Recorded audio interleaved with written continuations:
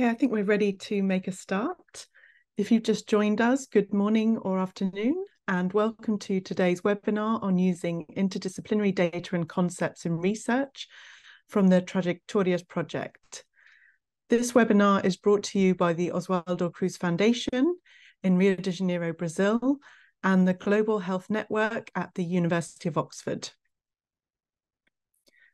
So the Amazon region, which is one of the most biodiverse biomes in the world, is under threat due to increasing deforestation rates, intense extraction of minerals, and implementation of large-scale agrarian systems in a fragile environment. In Brazil, this biome is home to more than 30 million inhabitants with a rich diversity of cultures. Providing economic solutions for this complex society demands ever-increasing exchanges of knowledge between academic and non-academic disciplines. The scientific synthesis project Trajectorias, hosted within the Synthesis Center on Biodiversity and Ecosystem Services, known as Symbiosi, has developed a framework for the joint debate of the economic, environmental, and human health solutions within the Amazon region. The Trajectorias dataset was developed linking human and environmental health to the rural techno-productive trajectorias in Amazonian municipalities. In this talk, Claudia Cordesso and team will launch the Trajectorias data dashboard that allows users to visualize and interact with the indicator datasets they have produced. So this webinar aims to introduce the main goals of the Trajectorias project, present the Trajectorias dataset, including environmental, epidemiological, and economic indicators using the dashboard, and will provide a synthesis of the main results and potential uses. My name is Rachel Lowe. I'm an ICREA research professor and Global Health Resilience Group leader at the Barcelona Supercomputing Center. I'm delighted to be joined today by Claudia Cordesso, who is a senior researcher in public health at the Oswaldo Cruz Foundation in Rio de Janeiro, Brazil, Raquel Martins Lana, who is a postdoctoral researcher in the Global Health Resilience Group at the Barcelona Supercomputing Center, Ana Horato, who is a postdoctoral researcher at the National Institute for Space Research in Brazil, and Ana Paula D'Allasta, who is also a postdoctoral researcher at the National Institute for Space Research. So welcome. Just a quick note on those of you who have joined us today. We've had over 350 registrations, mostly from Brazil, followed by Uganda, Kenya, and Nigeria. And today's agenda will start with the introductions to the panelists. And first, we will hear from Claudia Cordesso, who will present to us the conceptual framework of the Trajectorias project. We will then hear from Raquel Lana on the Trajectorias dataset and the epidemiological component. We will then hear from Ana Horato, who will speak to us about the Trajectorias dataset and the environmental component. And then we will hear from Ana Paula D'Allasta, who will introduce the economic component. And then we will pass back to Claudia, who will explain how this dataset is useful for policymaking. And then we will have time for an interactive session with questions and answers from the audience and the panel members. So before we begin, we just want to run through some housekeeping. So this session is being recorded, and the recording will be shared in the coming weeks on the Global Health Network platform held by Fiocruz and Latin America and the Caribbean hubs. So you will be able to review and share the materials. And these materials can be found in the link that is just being shared in the chat. So due to the number of participants, videos and microphones have been disabled. And this webinar will be held in Portuguese and English with simultaneous translations provided in both those languages and also in Spanish. So you can navigate to your toolbar and click on the language interpretation of choice and select the language you would like to listen in. Please feel free to use the chat feature to report any technical issues that you might be experiencing. and the Global Health Network Fiocruz Hub team will be able to assist you. And to interact with the panel, please use the Q&A feature to post your questions and comments.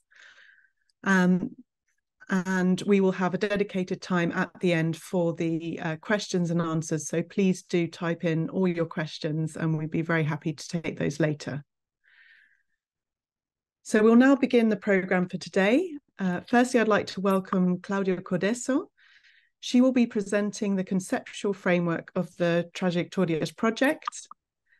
Claudia is a senior researcher in public health at the Osvaldo Cruz Foundation and a professor of epidemiology at the National School of Public Health in Rio de Janeiro. She is a leading scientist on the epidemiology of climate-sensitive diseases, with many contributions ranging from theoretical epidemiology to applied vector-borne disease surveillance. And she is the principal investigator of the Trajectorias project. So welcome, Claudia, and please feel free to start your presentation. Thank you, Rachel. Oh, obrigada, Raquel. Oh, Rachel, sorry. Obrigada a todos e todas pela presença aqui, passando do inglês para o português. Eu vou apresentar aqui brevemente os princípios conceituais do Trajetórias. Esse é um projeto que foi desenvolvido dentro do Instituto de Ciências de Síntese do brasileiro, né, que é o Simbiose. Esse centro de síntese, ele é um dos primeiros centros de síntese do sul global e é o primeiro no Brasil e faz parte de um consórcio de vários centros de síntese em todo o mundo. Pode passar o slide, por favor? Antes, isso. Então, no mundo existe um consórcio de centros de síntese do conhecimento que reúne iniciativas em vários países e o Simbiose, então, é a iniciativa brasileira, né? E o que é o centro de síntese? Pode passar. São locais para busca de integração de conhecimento de várias disciplinas, da epidemiologia, com a ecologia, com a economia, com ciências sociais, com todas as disciplinas, né? São integração de dados, integração de conceitos, integração de resultados, em busca de novos olhares, novas perspectivas para resolver grandes problemas da humanidade. Próximo. E esse conjunto de pessoas que produziu o Trajetórias, esse time Trajetórias, então é composto de pessoas de várias disciplinas, sobretudo brasileiros, de várias partes do país e com diferentes formações, que se reuniu para discutir um grande problema que é importante tanto para o Brasil como para o planeta todo, que é a questão da Amazônia. Próximo. E quando a gente pensa em Amazônia, a gente tende a pensar na floresta, na biodiversidade, nessa imensa região verde do planeta, que é uma das últimas reservas de biodiversidade do planeta, mas também é importante pensar nela como um grande reservatório de água do planeta. Essa imagem da esquerda desse planeta, eu gosto muito dela porque mostra quão pouca água nós temos, na verdade, que temos que gerenciar, né? Então, essa bolha grande aí corresponde a toda a água do planeta. E a bolha pequena corresponde a toda a água doce, que é consumível. E dessa água doce, 20% dela está na Amazônia. E a manutenção dessa água nessa forma acessível e consumível, ela depende da floresta. Ela só existe aí porque está nesse equilíbrio, nesse ambiente de floresta. Próximo. Esse ambiente não é só uma floresta. A Amazônia também é casa de 24 milhões de pessoas somente na Amazônia brasileira.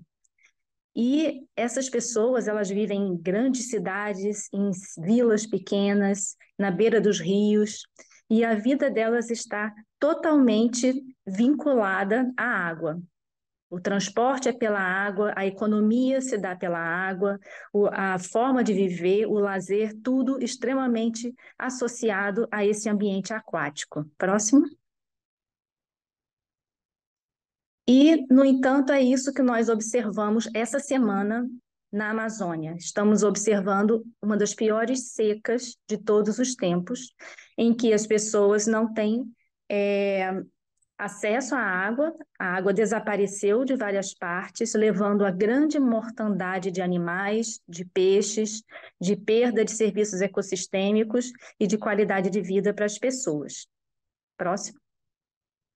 Isso é importante não só para a vida das pessoas nessa região, como também para toda a economia do Brasil, da América do Sul e, consequentemente, também do planeta como um todo.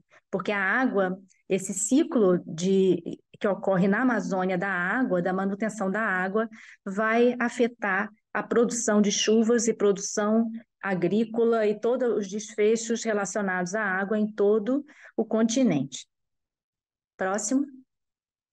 E isso cria uma situação crítica que leva à nossa questão básica de pesquisa, que é como manter a vida, como manter a água, a biodiversidade e a vida na Amazônia, na medida em que existe esse processo intenso de desmatamento para, para a produção de áreas de pastagem e grandes frentes agrícolas.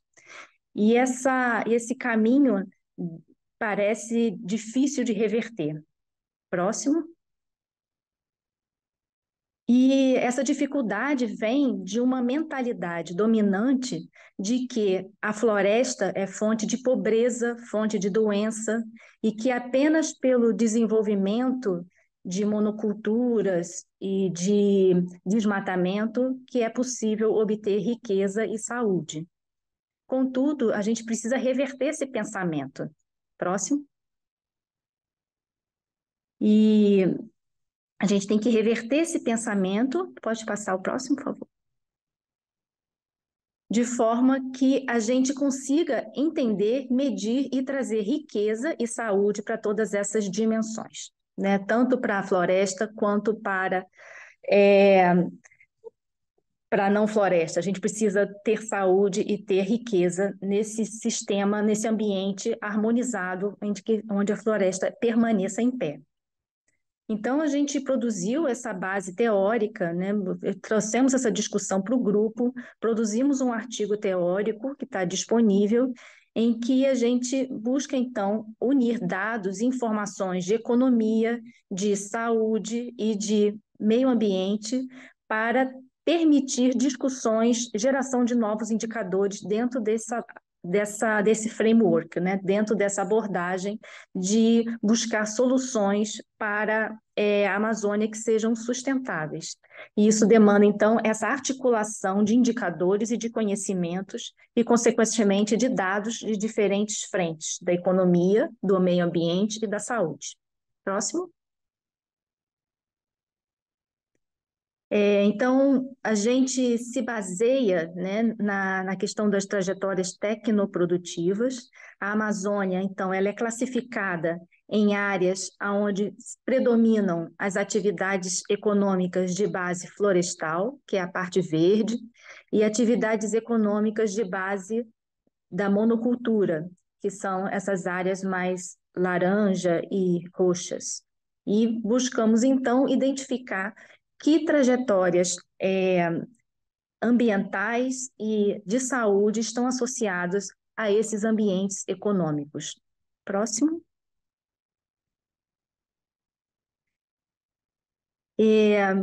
Então, para cada uma desses ambientes, né, então a gente consegue então produzir uma base, um framework conceitual, juntando esses indicadores.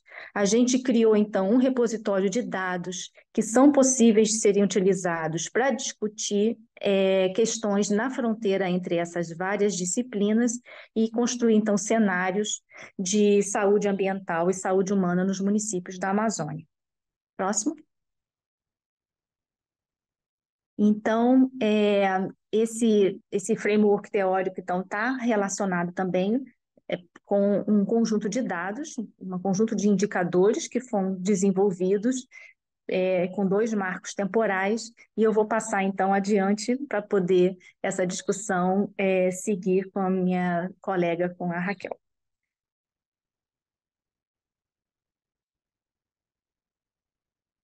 Raquel, I have the great pleasure now of introducing Dr. Raquel Martins-Lana. Raquel is a postdoctoral researcher with us in the Global Health Resilience Group at the Barcelona Supercomputing Center. She's currently conducting a research visit in Brazil, and she has a degree in biology from the Federal University of Ouro Preto and a PhD in epidemiology in public health from Fiocruz. And she is involved in various research projects in the field of climate-sensitive diseases and studies related to vulnerable populations. Thank you very much, Raquel. Please feel free to go ahead. Bom dia a todos.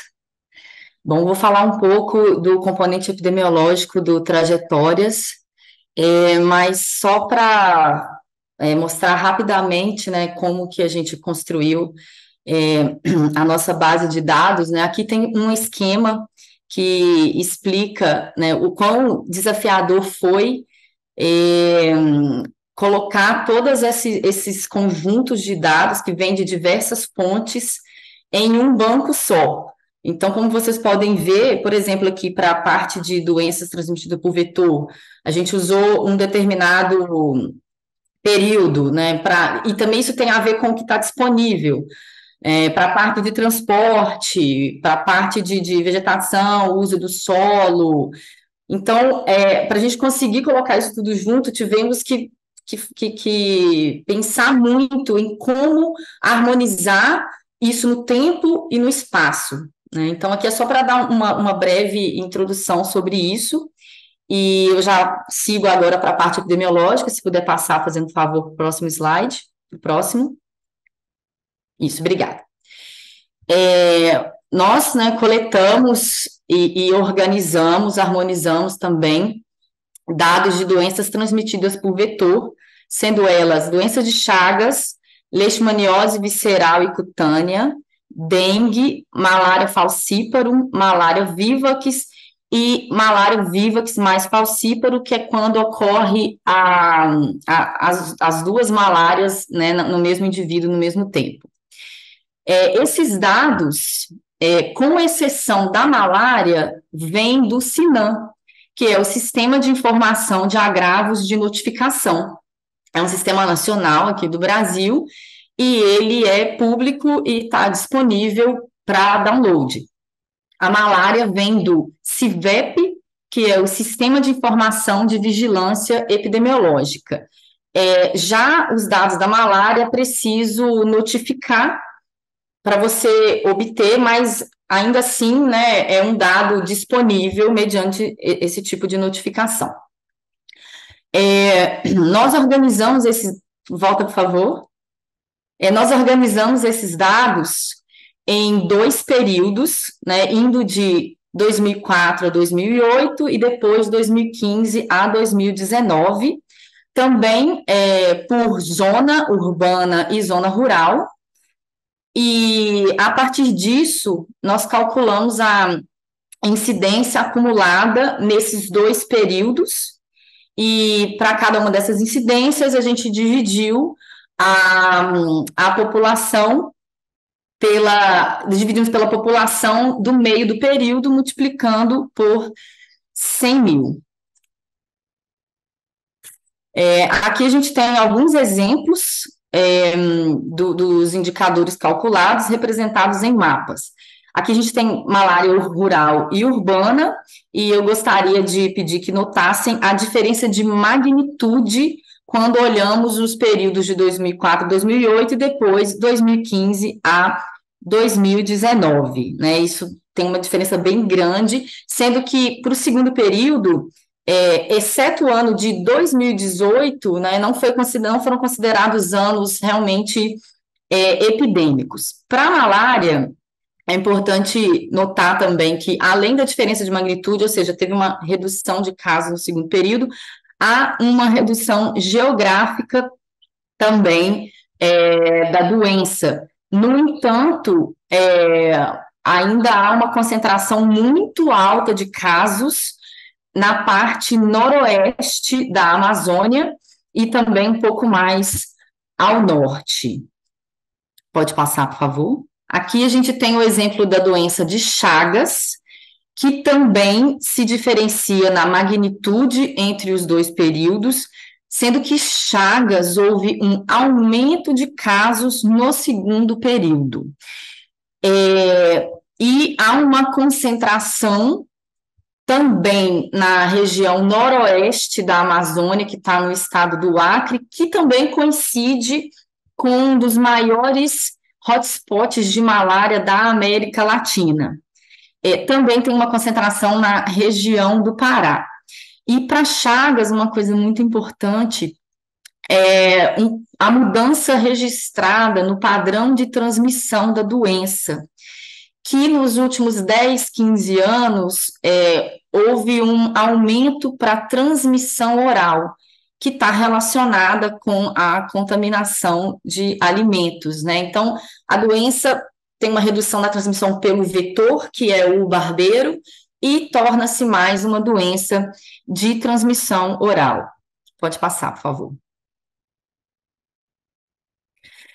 Aqui a gente tem uma visão bem geral da dengue, e a dengue não temos separado por zona urbana e rural, né? Os dados de dengue não vêm disponibilizados dessa forma, desse que a gente consegue baixar direto, né? Que está público, não vem assim.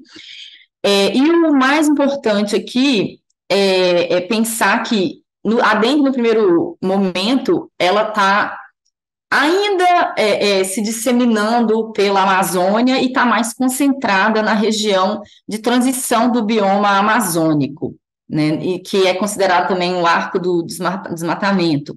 Mas, ao longo dos anos, né, já indo para o segundo período, a gente consegue observar um aumento também de dengue mais para dentro da Amazônia, mais para o interior da Amazônia.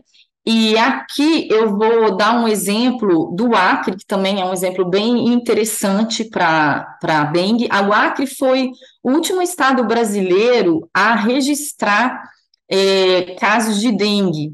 E o Acre, ele somente mais ou menos em torno de 10, 15 anos depois que a maioria dos estados brasileiros começa a registrar a dengue, que o Acre registra o seu primeiro caso, né? Então, Rio Branco, que é a capital do estado que está mais ao sul do Acre, só foi registrar a presença do Aedes aegypti, um mosquito transmissor, no Brasil em 1995, enquanto a gente já registrava epidemia, por exemplo, no Rio de Janeiro, em 82, 86, mais ou menos, né? Isso pensando nos anos mais recentes, nos últimos 30, 40 anos.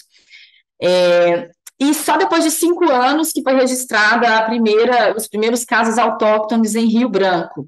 Então, ainda não se conhecia a presença do mosquito. Depois que o mosquito chega, depois de 5 anos, a gente tem esses casos. E na parte mais noroeste do estado, depois de 13 anos que se registra a primeira epidemia no município de Cruzeiro do Sul, que é essa parte que está bem amarelinha aí no Acre. E isso foi bem modulado pelas mudanças, né, na malha viária do estado, que ao longo desses anos foi crescendo e foi se tornando uma malha viária um pouco mais permanente, porque, por exemplo, a estrada que liga o sul para o noroeste do Acre, por vários meses do ano, era uma estrada que ficava interrompida. Isso também tem a ver com o aumento de fluxo aéreo, né? Tem um estudo que eu fiz durante o meu doutorado, que a gente explica e a gente conta um pouco de como aconteceu esse espalhamento e como ele foi modulado pelas mudanças na questão da urbanização, na questão da malha viária também. E também, né, como eu disse, o aumento da circulação de pessoas. E agora, o que eu gostaria também de enfatizar nessa parte dos indicadores epidemiológicos é que a gente precisa inovar nos indicadores, né? Aqui nesse trabalho a gente mostrou um indicador mais básico, mais tradicional da epidemiologia, que é a incidência. Mas no nosso primeiro artigo que a Cláudia mencionou, a gente trata isso de uma forma um pouco diferente também. Por quê? Por que a gente precisa inovar nisso? Porque, principalmente quando a gente quer falar de concorrência, a magnitude das doenças, ela é diferente. O que a gente considera um número, né, para uma epidemia de uma doença é um pouco diferente para outra. E isso também tem a ver com a dinâmica de transmissão dessas doenças. Então, a gente segue nesse desafio de encontrar novos indicadores epidemiológicos que facilitem esse tipo de comparação, né? Então, a gente precisa ir para além da incidência e, a partir da série de casos de uma doença, a gente pode calcular muitos outros indicadores. E agora, né, com uma parte do grupo aqui, a gente já tem trabalhado nesse tipo de inovação, de indicadores, então em breve a gente vai ter novidades aí também, inclusive com pacote de R que ajuda nesse tipo de cálculo, enfim, fica aí, né, a semente plantada para a gente buscar novos indicadores novos indicadores epidemiológicos. Agora eu passo para Ana Cláudia Rorato. Obrigada. Thank you so much, Raquel. That's brilliant. Now we're going to pass over to our next speaker, Ana Horato. Ana is a postdoctoral researcher at INPE in Brazil and a member of our Harmonize project. She has a degree and a bachelor in biological sciences and a master in ecology and conservation from the Federal University of Paraná, and a PhD in earth system science from INPE, where she developed an assessment of the environmental vulnerability of indigenous lands in the Brazilian Amazon.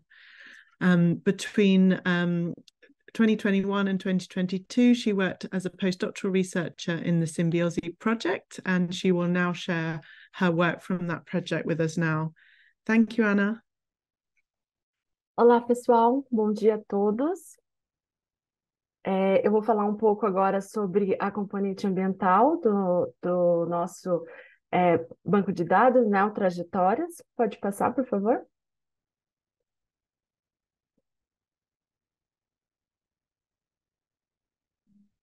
Obrigada. Então, como Cláudia e Raquel apresentaram anteriormente, a construção, né, após a gente construir um framework conceitual e teórico para conseguir entender, né, as relações entre as componentes ambiental, econômica e de saúde na Amazônia, nós partimos por uma etapa de harmonização de dados para a construção de indicadores que conseguissem representar as três componentes. E aqui eu apresento os indicadores que foram construídos para representar a componente ambiental.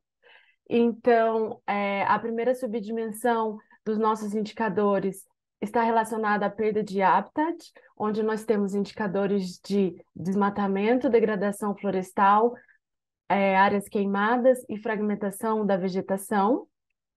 Pode passar, por favor?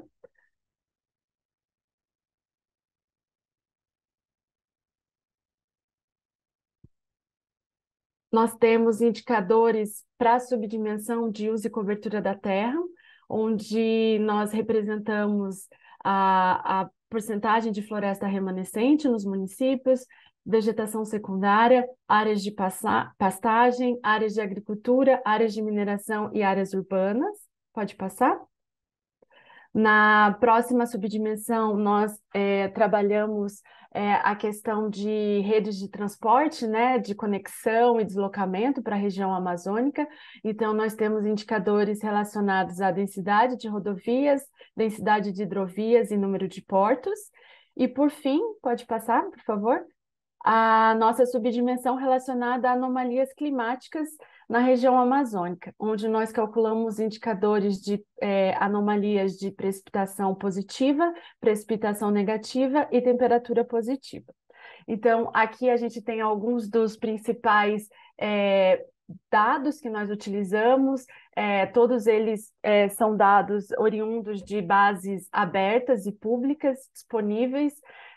os dados do INPE, PRODES, DETER e DEGRADE, que estão relacionados a perturbações da cobertura florestal. Nós também utilizamos dados do MAP Biomas, WorldClean e do Modes Burned Areas. Pode passar, por favor. Então, aqui é o nosso primeiro exemplo dos indicadores que foram calculados e são apresentados na forma de mapas. Aqui a gente tem, representando a subdimensão de perda de habitat, a porcentagem de área de desmatamento acumulado para 2 períodos, o período de 2000 a 2006 e 2010 a 2016.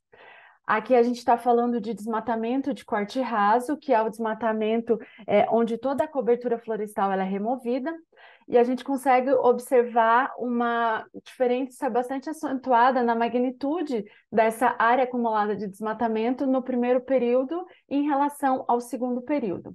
E, como a Raquel comentou anteriormente, a gente consegue observar também essa região do Arco do Desmatamento, que é essa região onde as áreas desmatadas elas são predominantes. Então, uma região de intensa ocupação, onde a ocupação ela já é consolidada historicamente e onde a gente vai ter os maiores impactos sobre a cobertura florestal e que foram viabilizados, né, motivados pela expansão humana sobre a região e a expansão agropecuária, principalmente. Mas o que explica, né, essa diferença entre os 2 períodos, pode passar.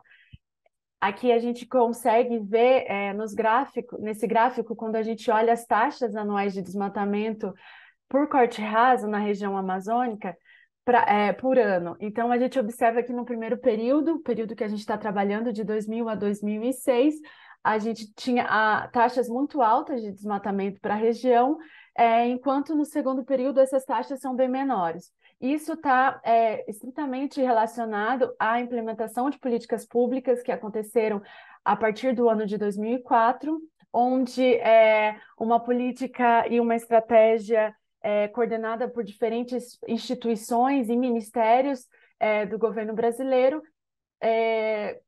criaram uma política rígida e consolidada para o combate do desmatamento que surtiu muito efeito. Infelizmente, essa política ela foi desmantelada nos últimos anos e a gente viu um aumento, né, progressivo das taxas de desmatamento, mas a esperança é que agora, com a retomada dessa política novamente e a sua reestruturação, a gente observe uma redução do desmatamento nos próximos anos. Pode passar, por favor. Aqui também, dentro da subdimensão de perda de habitat, nós temos os indicadores de porcentagem de degradação florestal até o ano de 2017, o primeiro mapa. A degradação florestal ela é diferente do desmatamento de corte raso, porque a degradação florestal está relacionada à perda gradual da cobertura florestal. E ela acontece por meio da extração, da remoção seletiva de madeira. Mas a gente pode observar que ela tem uma predominância, principalmente nessa região do Arco do Desmatamento, e é um impacto ambiental bastante importante, porque ela também participa desse processo de perda de habitat e provoca mudanças estruturais na floresta que a torna mais suscetível a incêndios, por exemplo. E o segundo mapa, o mapa da direita, a gente vê o indicador de porcentagem de áreas queimadas acumuladas até o ano de 2017, que também mostra essa predominância, esse padrão, né, da relação do fogo com essa região onde a fronteira agropecuária ela é mais consolidada. Então, o fogo também é um impacto ambiental bastante importante para a região amazônica. E esse ano, como a Cláudia apresentou, um ano de seca, uma seca bastante importante nessa região, uma seca histórica, a gente está tendo o agravamento dos incêndios florestais também. Pode passar, por favor. Ainda dentro da subdimensão de perda de habitat, nós temos indicadores relacionados à fragmentação florestal. Aqui, o primeiro mapa, a gente observa o nosso indicador de área core, área núcleo de floresta. Então, para cada município, a gente calculou a área núcleo de fragmento florestal desse município.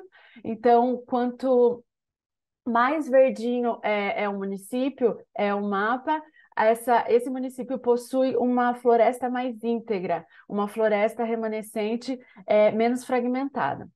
E o segundo mapa, ele é relacionado ao nosso indicador de borda, onde a gente calculou a densidade de borda para os fragmentos florestais dos municípios. Então, aqui, quanto mais marronzinho é o município, mais fragmentado, né? Mais efeito de borda nesses fragmentos florestais desse município. Pode passar. Na subdimensão de uso e cobertura da terra, nós temos os indicadores relacionados à produção agropecuária, aqui as áreas de agricultura, no ano de 2006 e 2017, aqui a gente está falando de agricultura de larga escala, principalmente a produção de grãos. Então, a gente consegue observar um aumento de extensão, né? Um aumento da abrangência dessas áreas áreas de agricultura para a produção de grãos do primeiro período em relação ao segundo. E a gente observa que essas áreas elas se concentram nessa região do Arco do Desmatamento e de uma região onde essa fronteira agropecuária ela já é consolidada. Pode passar, por favor. Aqui o nosso indicador de pastagens. A gente também observa um aumento da extensão aqui um pouco mais sutil de áreas de pastagem do período de 2006 para o período de 2017, e a abertura de áreas de pastagem na região da Amazônica, ela está fortemente associada ao processo de desmatamento, então é um dos processos que vem na sequência logo após a derrubada da floresta e a abertura de novas áreas. Então, é uma atividade também com bastante impacto ambiental para a região. Pode passar, por favor. Aqui alguns indicadores relacionados à cobertura florestal. Então, a gente tem a porcentagem de floresta remanescente até o ano de 2017 para cada município e a porcentagem de floresta secundária. Então, após o desmatamento da floresta original, você tem em algumas áreas existe, né, o crescimento de uma floresta secundária. Então, aqui ambas até o ano de 2017. Pode passar, por favor. Aqui também relacionado ao uso da terra, nós temos os indicadores de áreas de mineração. Aqui a gente está falando de áreas de mineração industrial e artesanal, comumente chamada de garimpo.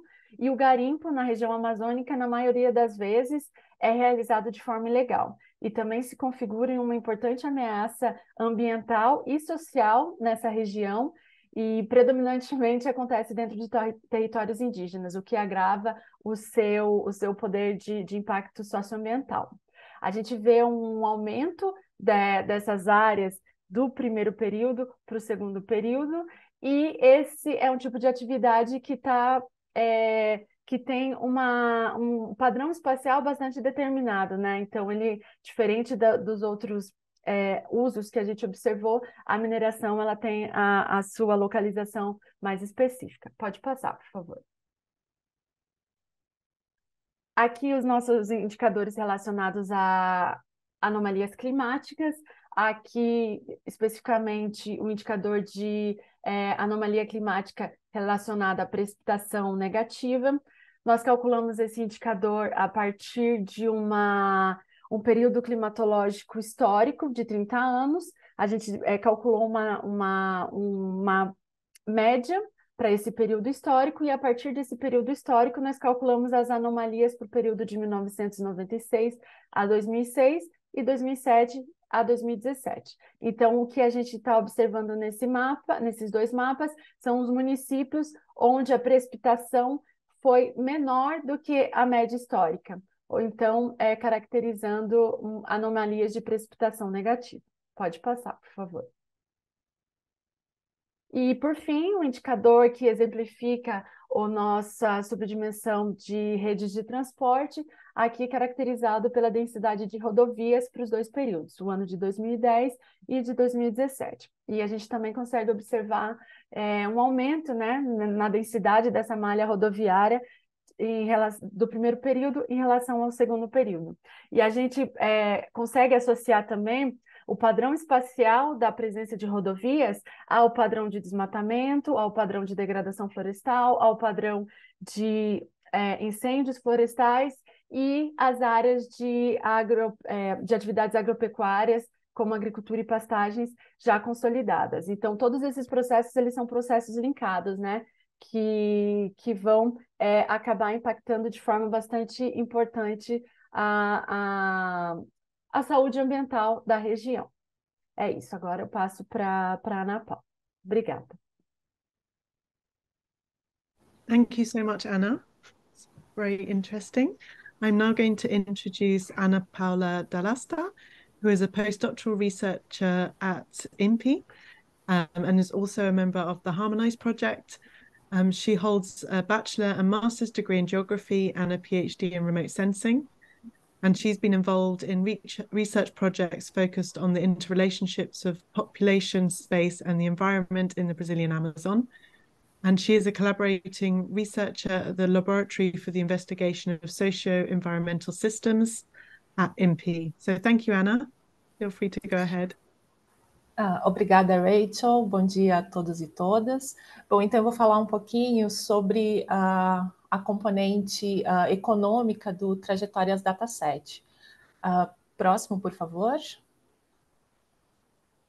Bom, então nesse componente nós temos indicadores populacionais a nível municipal, então olhando para o recorte rural e para o recorte urbano, para 2000 e para 2010. Esses dados populacionais, eles vêm dos censos demográficos, né, realizados pelo IBGE para esses 2 anos.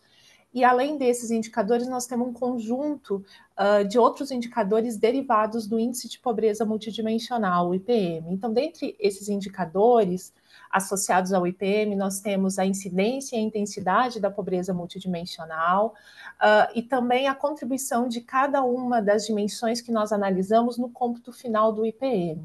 Então, todos esses indicadores, eles estão a nível municipal e foram calculados para esses 2 períodos, que é o período que a gente tem dados censitários, né, que a gente consegue olhar para o IPM a nível de domicílio. Próximo, por favor. Bom, então o IPM, como o nome já diz, ele é um índice multidimensional que mede a combinação das múltiplas privações ou das privações simultâneas que cada família vivencia em um dado tempo. Então, a ideia do IPM é ir além das medidas tradicionais de pobreza, que olham apenas ou para a renda ou para a capacidade de consumo dos indivíduos. Então, partindo dessa abordagem do IPM, que olha, né, que vê a pobreza como um fenômeno multidimensional e da sua metodologia para o cômputo, nós construímos o IPM Trajetórias, buscando reposicionar as medidas de pobreza, então, para a Amazônia, partindo da própria Amazônia. Próximo, por favor. Bom, então aqui, o anterior, obrigada. Aqui nós temos o processo de construção, né, nessas caixinhas do IPM Trajetórias. A nossa unidade de análise são os domicílios rurais e urbanos. Então, para a gente olhar para os domicílios, a gente utilizou os dados, os microdados dos censos demográficos de 2000 e 2010. Então, esses dados, eles vêm do questionário da amostra. E o IPM Trajetórias, ele contém 3 dimensões, né? A dimensão saúde, a dimensão educação e a dimensão condições de vida. Na dimensão condições de vida, a gente subdividiu ela em habitação e serviços coletivos e trabalho e bens de consumo privado.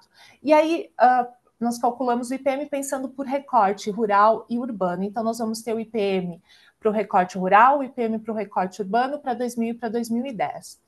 Para cada dimensão, então, a gente selecionou um conjunto de indicadores. Essa seleção ela foi feita de modo coletiva, por um conjunto bastante grande e, como a Cláudia mencionou, né, interdisciplinar, dos participantes do projeto, né, trajetórias, e para cada um dos indicadores, nós definimos quais seriam os pontos de corte, ou seja, quais seriam as privações que esse indicador estaria representado. Então, nós mapeamos esses indicadores com 1 e 0, sendo que 1 é indicativo da situação de privação e 0 de uma situação de não privação. Tanto a seleção dos indicadores quanto a definição dos pontos de corte, eles foram pensados para representar da melhor forma possível esses recortes urbanos e rurais a partir dos dados que a gente consegue mapear nos dados do censo, né, no microdado dos censos de 2000 e 2010. E, por fim, então, o cômputo do IPM a nível municipal e a sua espacialização. Próximo, por favor. Bom, aqui nós temos o conjunto de todos os indicadores, né, que nós trabalhamos dentro para a construção do IPM. Aqui eles estão separados, então, os indicadores por dimensão, e também para cada um a gente tem qual seria o ponto de corte que representaria a situação de privação. Na dimensão educação, os indicadores eles estão associados à escolaridade tanto dos adultos quanto das crianças e também à alfabetização do responsável pelo domicílio. Na dimensão saúde, nós optamos por indicadores direto das condições de saúde dos indivíduos nos domicílios. Então, os domicílios que são considerados em situação de privação foram aqueles que tiveram registro de óbito de nascido vivo e registro de óbito de crianças entre 1 e 5 anos e entre 6 e 73 anos, que é a expectativa de vida para a Amazônia brasileira. Na dimensão de habitação e serviços coletivos,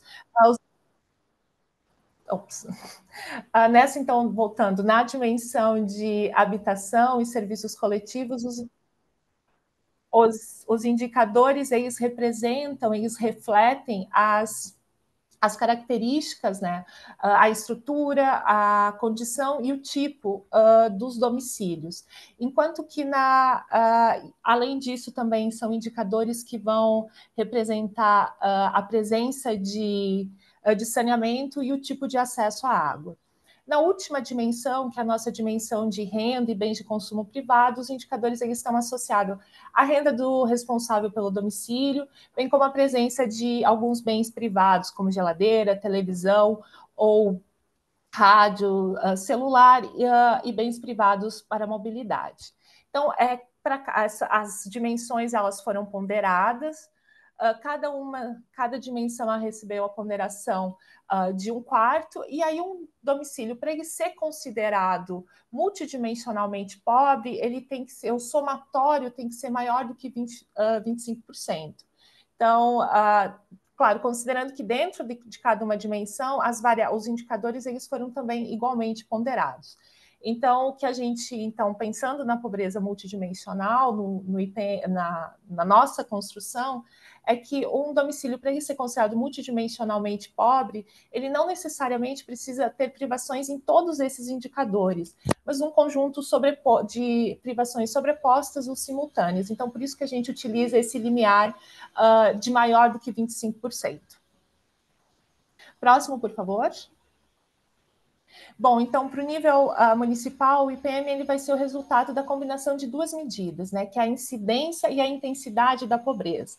A incidência da pobreza multidimensional, ela vai nos dizer quantos são multidimensionalmente pobres, enquanto que a intensidade, ela vai nos dizer o quão pobres eles são. Então, além dessas medidas, né, do IPM, das medidas de intensidade e de incidência, nós também temos uma medida que é a contribuição de cada uma das 4 dimensões que nós consideramos, quanto que elas estão contribuindo para o cômputo final do IPM. Próximo, por favor. Aqui, então, nós trouxemos os mapas representando as duas medidas, né, de intensidade e de incidência, a espacialização dessas medidas a nível de município por ano de 2010. O que os mapas representam é o desvio desses índices em relação a média geral da Amazônia. Então, quando a gente olha para os indicadores, né, para esses 4 mapas, o que a gente percebe é que quanto mais vermelho o município tiver, mais disseminadas são as necessidades populacionais, que são múltiplas necessidades em termos de saúde, em termos de educação e de condições de vida. Em termos, assim, de modo bem geral, os 2 primeiros mapas eles estão representando a intensidade, então a média da intensidade da pobreza, ou seja, o nível de privações é da ordem de 32%, enquanto quando a gente olha para os recortes da incidência, o que a gente observa é que a incidência rural ela é mais alta do que a incidência urbana. Então, a incidência rural, a média é de 27%, e se destacam os municípios nos estados do Amazonas, de Roraima, do Acre e parte do Pará. Enquanto que a incidência média, no geral, para o recorte urbano é da ordem de 7%. Próximo, por favor. E aqui, por fim, nós temos os mapas, né, mostrando o IPM. Novamente, esses mapas eles são para 2010, eles estão representando a espacialização em nível de município do IPM, olhando para os recortes rural e urbano. O que a gente observa é que o IPM rural ele é mais alto, então isso nos diz que no rural a gente tem as privações, elas estão mais disseminadas do que no urbano. Se destacam, então, os municípios dos estados do Amazonas, de Roraima, Acre, Pará e parte do Maranhão.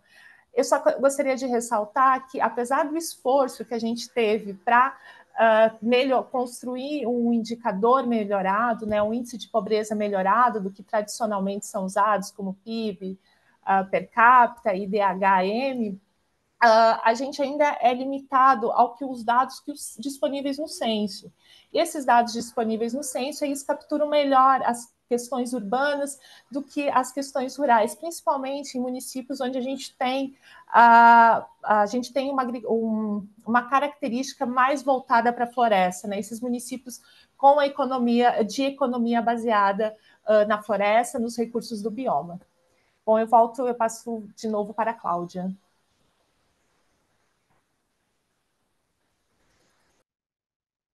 Thank you so much, Anna. We'll now pass back to Claudia, who's going to share some insights about how this data set can be used for policy making. Obrigada. Bom, assim, a minha função agora é finalizar um pouco desses vários resultados. Eu agradeço muito Raquel, Ana Paula e Ana Horato pelas apresentações aí dessa complexidade, né, desses dados, e dizer que são dados que foram construídos com muito debate, e muitos desafios técnicos, porque eles demandam decisões com relação a resoluções temporais, resoluções espaciais, em diferentes escalas, e esse diálogo entre escalas do que é possível, do que o dado oferece, também é um produto para pensar futuros no processo de monitoramento e de coletas sistemáticas de dados no país. Pode passar, por favor? De forma geral, né? Então, só resumindo aqui, a gente tem então um conjunto de indicadores econômicos, ambientais e epidemiológicos que, por si só, isoladamente, trazem medidas que permitem mapear a paisagem, né? Paisagens na Amazônia. Existem paisagens econômicas da relação com o homem, com o ambiente, com a forma como o homem, as populações utilizam o meio ambiente e fazem uso desse recurso ambiental, né, e dos serviços ecossistêmicos. Nós temos a paisagem ambiental, ecológica, muito bem detalhada, como Ana Horato trouxe, com diversos indicadores de fragmentação, de estrutura da paisagem, de habitat, que podem ser confrontados com a questão da infraestrutura cinza, como as estradas, e com os processos de ocupação do solo e de transformação da paisagem. E temos as paisagens epidemiológicas, que resultam da relação do homem com o ambiente, né? Porque na paisagem epidemiológica, ela emerge da forma de vida das pessoas e do contato delas com potenciais patógenos e vetores. Então, ela é muito determinada tanto por questões sociais como por questões epidemiológicas e da paisagem. Esses mapas todos que foram apresentados, eles estão disponíveis, então eles são um recurso para quem quiser. No nosso artigo, a gente tem os links para todos esses mapas que estão em alta resolução, em boa qualidade para publicação, eles são para serem utilizados. E aí o grande desafio, então, é ir além dos indicadores separados das várias métricas, mas integrar essas informações, né? E pode passar? Então, algumas iniciativas, né, sim, de proposição, né, que a gente tem feito é utilizar metodologias de redução de dimensão, como o PCA, para poder criar indicadores sintéticos, né? Então, por exemplo, um indicador sintético que a gente consegue obter a partir dos dados da paisagem são indicadores de intensidade de uso. Então, nesse mapa aqui, a gente tem essas áreas mais vermelhas, são as áreas de uso mais intenso, que houve mais transformação da paisagem, são as áreas que tiveram mais perda de habitat e mais construção, transformação nessa paisagem modificada pelo homem. Próximo. Então, nessa paisagem de níveis de intensidade de uso, né, a gente pode relacionar com doenças. Então, tem algumas doenças, como leishmaniose, por exemplo, que tem uma relação com a intensidade de uso, que é diferente, por exemplo, da dengue, né? Eu não vou entrar aqui em cada uma detalhadamente, mas a ideia é de que a gente pode usar indicadores novos, né, para relacionar paisagem com saúde e com riqueza. E intensidade de uso, por exemplo, é um indicador que é possível de ser calculado e que pode ser utilizado nessas discussões de quando nós estamos optando por uma estratégia de econômica ou outra, a gente, além de medir indicadores de PIB e tudo mais, a gente também calcular, por exemplo, a intensidade de uso desse ambiente que nós estamos exercendo ao praticar aquela atividade e os custos e benefícios associados a isso. Próxima. Um outro indicador que também resulta de uma análise desses indicadores ambientais é um indicador de mudança da paisagem, uma ideia da velocidade de que essa paisagem foi transformada naquele período, né? E a velocidade com que uma paisagem é mudada, ela também vai ter um impacto na composição ecológica, na vida humana e nos desfechos de saúde e de riqueza daquele local. Então, é algo que a gente precisa, é um indicador também muito útil, que pode ser utilizado como uma métrica de monitoramento desses municípios. Próximo. Então, a gente vê que as áreas com maior transformação recente, né, a parte mais ao sul dessa região amazônica, e essa transformação está também então associada a diferentes agravos, né, e diferentes questões de saúde. E também vão estar associados também a questões da carência das populações, né? Então, a grande questão que fica ao tomar uma decisão de promover certos desenvolvimentos econômicos, a gente está realmente trazendo saúde para a população? A gente está realmente trazendo uma transformação? Essa transformação ambiental, ela está trazendo uma saúde ambiental? O que isso está fazendo? Quais as consequências dessas decisões econômicas que muitas vezes a gente mede apenas em termos de renda, mas que no fundo ela tem grandes outros impactos que precisam ser reconhecidos, né? E por outro lado, existem muitas formas de vida relacionadas à floresta na Amazônia que têm baixa taxa de impacto, têm baixa mudança e que são formas de vida que precisam ser reconhecidas e a gente precisa de gerar inovação e novas formas de manter essa população ali e manter de uma vida saudável, né? Trazer inovações para que essas pessoas possam viver na floresta de uma forma saudável. Então, próximo. Então, todos esses indicadores, né, eles estão disponíveis para análise, a gente ainda está produzindo artigos, produzindo análises em relação a eles, mas eles já estão disponíveis, a gente tem eles todos nesse dashboard, que ele vai ser alimentado com novos indicadores conforme a gente for criando, mas já é bastante rico para vocês explorarem e poderem ir pensando, né, em maneiras de integrar com outras dimensões, com outros problemas que possam surgir dentro da realidade de cada um e tornar esse resultado vivo, porque os dados sozinhos não fazem nada, a gente precisa trabalhar com eles. Então, eu agradeço muito. Rachel, passo de volta para você.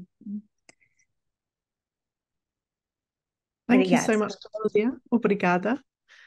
That's a wonderful presentation and really fascinating work that you've been doing and excellent resources. We can see here the links to the article and also a QR code so you can access the dashboard.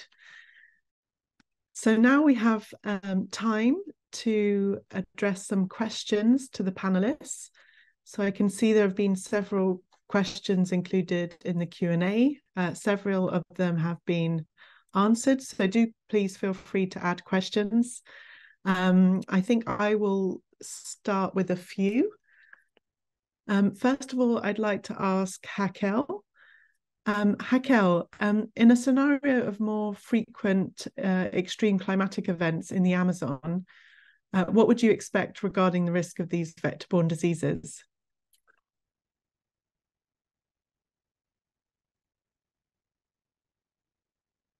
Bom, respondendo de uma forma bem geral, né, sem detalhar pelas doenças, um dos grandes impactos está relacionado com a expansão geográfica, ou mesmo dependendo das condições do deslocamento dessas doenças.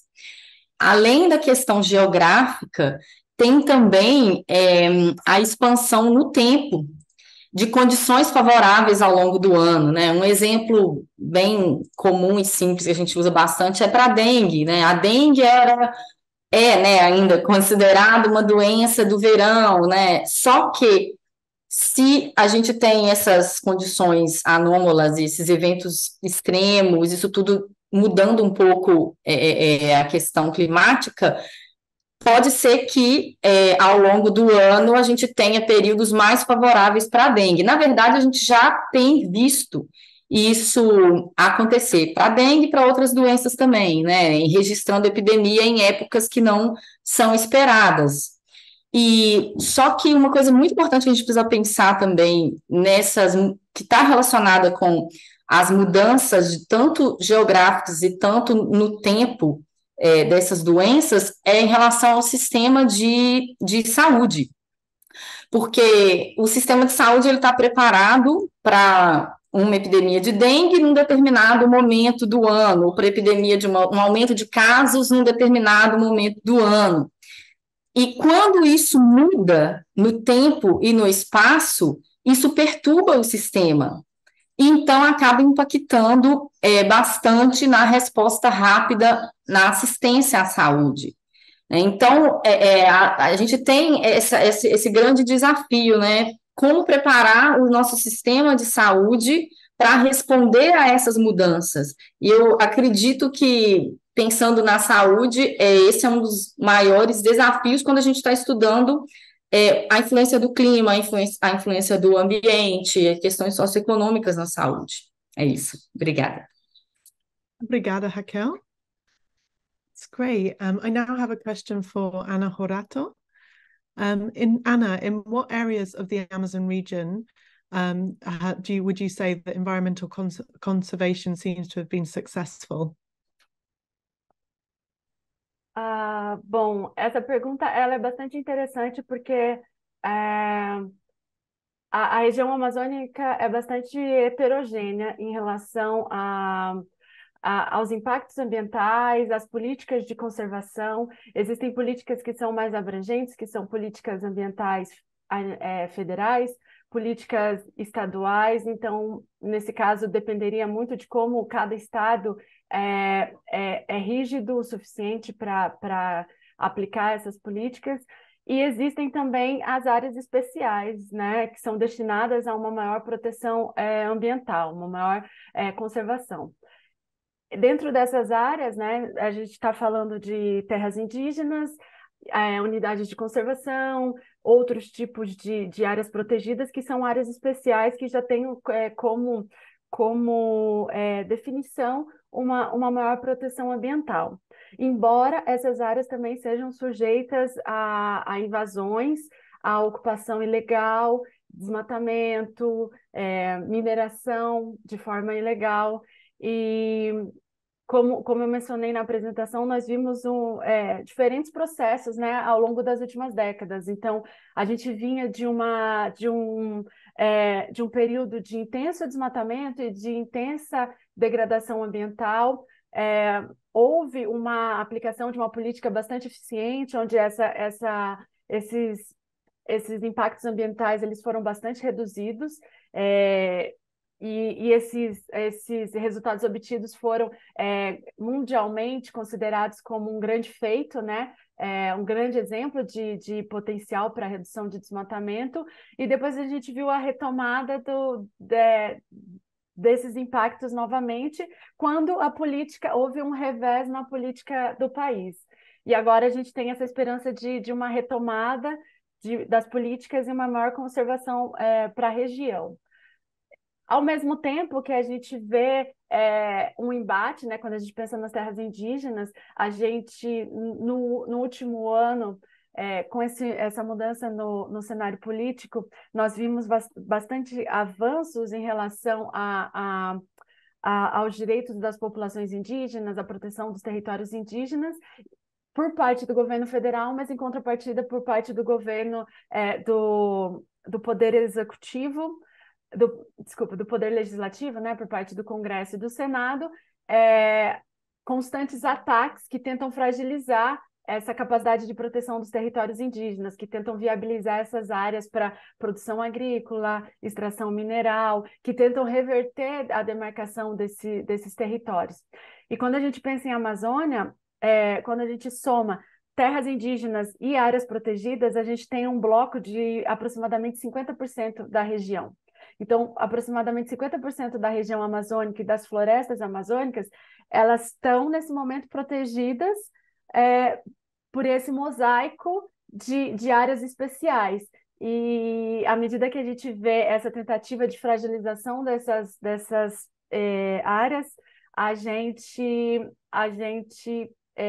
pensa o quão impactante, né, quão socialmente e ambientalmente isso pode representar um grande desastre para a conservação da região, da biodiversidade, dos serviços ecossistêmicos, da água, como a Cláudia apresentou muito bem no começo da apresentação. E tem a questão relacionada às trajetórias econômicas, né? As diferentes estratégias econômicas que dominam a região.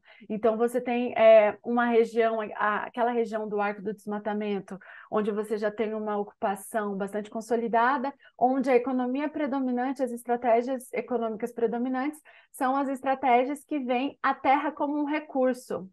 Então, você tem onde a floresta ela é um obstáculo a ser superado. Então, você tem a remoção da floresta para a utilização da terra. E, em contrapartida, a outra porção da região amazônica, ela possui uma predominância de estratégias econômicas que estão relacionadas à manutenção da floresta. Então, você tem sistemas agroflorestais, sistemas de uma economia familiar que utiliza, né, os serviços ecossistêmicos, a biodiversidade gerada pela floresta, como uma fonte de renda e uma economia que gira em torno dos produtos da floresta. Então, esses dois aspectos econômicos que dividem a região amazônica no meio, eles também são cruciais para a gente pensar nessa questão de quais políticas de conservação têm mais sucesso, né? Quais políticas econômicas levam ao sucesso em relação à conservação da biodiversidade, das florestas e da água da região. Então, eu acho que são vários pontos, né, que a gente pode abordar quando pensa nessa questão. Muito obrigada, Ana. It's really interesting. Now let's move to Ana Paula. Ana, Can we apply the MPI Poverty Index to other areas of the Amazon region, for example, in other countries like Colombia or Peru or Ecuador? Sim, nós podemos, porque, claro, assim como no IPM Trajetórias, nós adaptamos a metodologia e pensamos nos indicadores, quais seriam os indicadores que melhor representariam as situações de privação, e também os pontos de corte, e principalmente as fontes de dados, é possível aplicar para outros países. A questão seria de que é necessário fazer esses ajustes, né, pensando quais seriam as dimensões que melhor representariam as situações de privações nos outros países e as fontes de dados que tem para escolher melhor os indicadores e também as dimensões. A metodologia do IPM, ela é uma metodologia flexível, então é possível fazer os ajustes de dimensões, de pesos, de indicadores. Então, sim, é possível aplicar considerando essas questões, né, de adaptação e da escolha dos melhores indicadores e das dimensões com base nas fontes de dados disponíveis que melhor representam a realidade de cada país, suas especificidades e particularidades. Thank you, Anna. Great. And Claudia, could you tell us a little bit about your plans to update the data set and how this kind of data could feed into other initiatives? Thank you. Obrigada pela pergunta. Bom, esse dataset, ele precisa estar... Ele atualmente, né, é bom lembrar, ele é construído com a intenção de ser atualizado de 10 em 10 anos, porque ele é pensado na escala da economia, né, na escala dos processos lentos, que são os processos que são do desenvolvimento ou das políticas públicas ligadas à economia, né? Então, ele tem essa atualização de 10 em 10 anos, pensando também que os dados vêm majoritariamente do censo demográfico, que também ocorre de 10 em 10 anos, e do censo agropecuário, que também ocorre de 10 em 10 anos, né? O censo demográfico ocorre no início da década, de cada década, e o censo agropecuário é no meio de cada década. Então, existe essa necessidade dessa periodicidade, né? Então, nós fizemos essas medidas, os indicadores, para a primeira década dos anos 2000, para a segunda década, e agora a gente vai partir para uma atualização na medida em que saem os novos dados do censo demográfico, que já foi feito, né? Ele precisa ser agora disponibilizado na resolução mais detalhada, e também o censo agropecuário, que virá a ser feito, eu espero, daqui a alguns anos, né? Então, assim, a intenção é essa, mas nada impede que as pessoas que queiram trabalhar, elas possam relacionar esses indicadores, que são mais, assim, de tendência, com indicadores mais rápidos, né? Por exemplo, usando esses nossos como um baseline, a partir do qual possa discutir processos mais rápidos, epidemias, por exemplo, né, de doenças, ou transformações rápidas de paisagem, como essas anomalias climáticas ou desastres ambientais. Esses eventos podem ser analisados dentro desse contexto mais, né, caracterizado pelo trajetórias. E aí tem uma oportunidade, né, de agregar outros indicadores mesmo, né, e de harmonizar esses dados junto com outros, né, um pouco nessa iniciativa, por exemplo, do Harmonize, né, que é o projeto que você, né, Rachel, está liderando e que nós somos também parte desse projeto, que visa, então, também dentro dessa perspectiva de que para gerar políticas públicas, a gente precisa trabalhar com essa harmonização de dados, né? E essa harmonização, ela pode ser feita em diferentes escalas, em diferentes resoluções. Você tem questões que são mais locais, mais globais, tem questões que são de resposta rápida ou de respostas mais estruturantes, e é isso que vai, então, gerar essa oportunidade de pensar diferente, que eu acho que é o que esses centros de síntese, esses estudos multidisciplinares podem gerar, que é um pensar diferente sobre os grandes problemas que nós estamos enfrentando. Então, assim, esperamos sim atualizar e contamos também que esses dados possam integrar e ser harmonizados com outras bases de dados e dessa forma, de uma maneira modular e crescendo também, né? Thank you, Claudia, and thank you for mentioning the Harmonise project. I just shared a link to our new website that we're about to launch, so please do feel free to take a look, and all the panelists are members of the Harmonise project, and we're looking forward to incorporating the Trayectorias work with the new Harmonise project, so thank you. Okay, so I can see that all our panelists have been responding in the Q&A and answering a lot of the questions. So I was wondering if any of our panelists would like to respond or elaborate on any of the questions that were posed in the Q&A. For example, we have a question about if the forest maps exclude the national parks and conservation areas. Perhaps Ana Horato, you might want to comment on that. Yes, nós consideramos toda a área de cobertura florestal do município, né? Então, isso inclui as florestas que estão dentro de áreas protegidas, como terras indígenas, unidades de conservação e outras categorias de áreas especiais. A pergunta também sugeria a questão de um possível viés por incluir as florestas dentro dessas áreas. Mas, como o nosso objetivo era calcular esses indicadores a nível de município, a nossa ideia era caracterizar indicadores que tivessem uma visão geral, né, das diferentes, uma caracterização ambiental dos municípios. Eu acredito que não seja um ponto de viés, uma vez que essas áreas, né, de floresta, elas possuem um papel importante na manutenção da biodiversidade, dos serviços ecossistêmicos de cada município. Thank you, Anna. We had another question here. Claudia, would you like to comment a little bit more about the implementation of the hydroelectric plant and how this kind of data could help with measuring those kind of events in the future?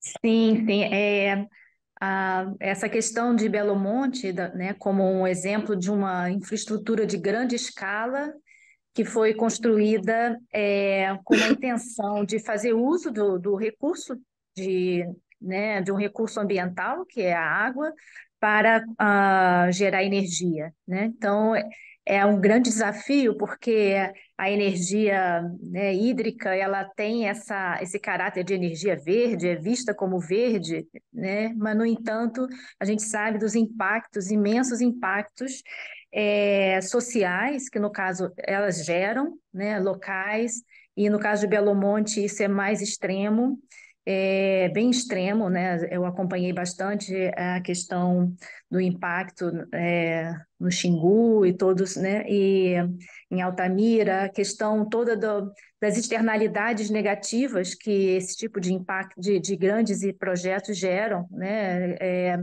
Pelo lado de impacto ambiental, a vulnerabilidade social, e que não entra na conta normalmente, né? E porque as coisas não são feitas de uma forma pactuada exatamente, né? São muitos interesses nisso. Mas, assim, do ponto de vista do Trajetórias, como a gente pode colaborar para poder medir isso, né? Os nossos indicadores, eles são bastante detalhados, medem a questão da fragmentação ambiental, da floresta, a questão da degeneração do meio ambiente. Ele vai ter os indicadores de saúde, vai ter indicadores de carências das famílias, e esse tipo de indicador, no caso, a gente tem isso calculado historicamente, né? E na medida em que esses indicadores forem calculados novamente, agora para o censo e tudo, a gente vai conseguir ter uma medida de antes e depois para avaliar de uma maneira objetiva esses impactos, né? Mas é claro que os impactos vão além daquilo que a gente consegue medir, então é importante que a gente esteja sempre pensando em novos indicadores e novas formas de visualizar Então, assim, eu deixo aberto o debate, né? Que da gente pensar mesmo junto com as comunidades locais aquilo que que a gente pode medir de forma específica em cada local, né? E só assim, e nesse caso de Belo Monte, eu vi um trabalho muito bonito das comunidades indígenas, em que eles monitoravam o seu próprio esforço de pesca, mostrando o quanto que o estoque de peixes na região foi caindo e com impacto na segurança alimentar dessas populações como resultado dessa hidrelétrica, né? Então, esse tipo de indicador precisa ser mais visibilizado. Então, eu acredito que essas iniciativas de síntese, de compartilhamento de dados e de troca de conhecimentos pode permitir esse tipo de visibilização dessas informações. Obrigada, Claudia. And we had another question about the sort of huge reduction in green cover that was shown in the presentation. And Anna, would you mind just sharing a bit more information about how you calculated that change in land cover? The question is about the land use cover change. Yes, so you did answer in the chat, but perhaps you could just elaborate a little bit about the way that you calculated these indicators at the municipal level and how you made that calculation for that change in land cover. Ok. Nós usamos mapas a gente fez o cálculo, né, desses indicadores para 2 anos, o ano de 2006 e o ano de 2017, que são os nossos marcos temporais, relativos ao censo agropecuário, como a Cláudia citou, e a partir desses 2 marcos temporais a gente harmonizou todos os outros conjuntos de dados para a criação dos indicadores. Então, os dados de uso e cobertura da terra, eles foram calculados a partir de diferentes fontes, né, de bases de dados abertas e públicas, para agricultura e pastagens, nós utilizamos os mapas classificados de uso e cobertura da terra que foram produzidos no INPE, por uma equipe do INPE que usa um pacote de classificação chamado CITES.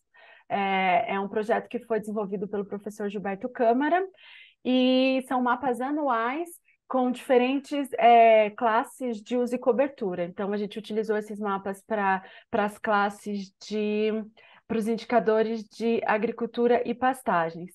Para o indicador de mineração, nós utilizamos o dado disponibilizado pelo MAP Biomas, que são mapas também de uso e cobertura classificados anualmente.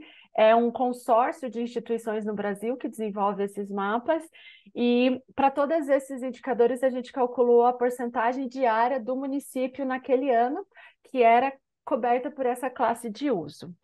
Nós temos também a área urbana, que também foi calculada através dos dados do MAP Biomas, e floresta remanescente, nós utilizamos o dado do PRODES. Então, o PRODES gera todo ano um mapa com os incrementos de desmatamento para a região amazônica, e nesse mapa nós temos a área de floresta remanescente. Então, esse indicador foi calculado a partir desse dado, e a floresta secundária, ela também vem do dado da equipe do professor Gilberto Câmara, desses mapas classificados anualmente.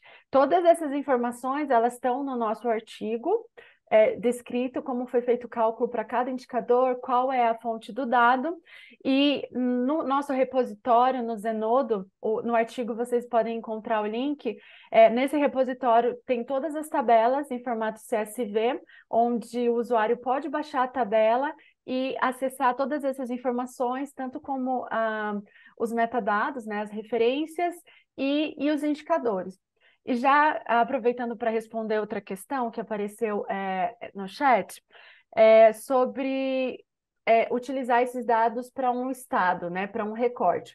Como os nossos os indicadores eles são para toda a região da Amazônia Legal, e eles são por município, você pode fazer esse recorte por estado ou por um outro limite de interesse. Então, é possível trabalhar com essa informação no recorte de interesse de cada estudo. Muito obrigada, Ana. I just have one last question for Ana Paula. Anna, could you just tell us a little bit about your experience working in this interdisciplinary environment and working between sort of earth science and with economists? Obrigado, Rachel, pela pergunta. É uma pergunta interessante, porque o desafio é trabalhar nesse campo interdisciplinar, justamente o desafio é construir indicadores e pensar indicadores que nos permitem construir uma narrativa diferente da narrativa que tem sido a que tem tido mais campo na Amazônia, e narrativas que consolidam algumas percepções, como, por exemplo, que as áreas onde a gente tem as economias mais voltadas para o bioma, onde tem os sistemas agroflorestais, onde a gente tem o extrativismo, elas estão associadas à pobreza, ao subdesenvolvimento, né? Que a ideia de desenvolvimento é onde tem o agro. E aí o desafio é justamente esse, a gente pensar em indicadores que visibilizam, como a Cláudia falou, essas economias, essas áreas, essa população, e que mostram que existe toda uma região que ela é ocupada, e que nós precisamos pensar essas políticas e alternativas mas pensar políticas para essas populações que equilibrem entre saúde e a conservação da floresta, né, que é a base de vida dessas populações. Então, e além desse desafio, então, de construir esses indicadores, é olhar para as bases de dados disponíveis que nós temos, porque as bases de dados, por exemplo, censos demográficos, eles capturam muito mais uma realidade mais urbana do que essas áreas com economia. Então, acho que essa experiência interdisciplinar me mostrou, né, exatamente esse desafio, né, de como que a gente pode colocar esses dois aspectos a partir dos dados que nós temos para tentar construir novas narrativas para a Amazônia, pensando nessa questão de que precisamos visibilizar essas economias baseadas nos recursos do bioma. Obrigada, Anna. Thank you very much. Just stimulating presentation from everyone. So I think it's time to bring the webinar to a close. I'd like to thank you all for your participation. Thank you so much to our panel members for these very insightful presentations. The recording of the session, along with additional materials, will be shared. You'll be able to find the link to this in the chat. So thank you once again to our panelists for your participation. And we'll now close the session. Thank you. Obrigada. Obrigada. Thank you, Rachel. Obrigada. Obrigada. Obrigada, gente, foi muito legal mesmo. Obrigada.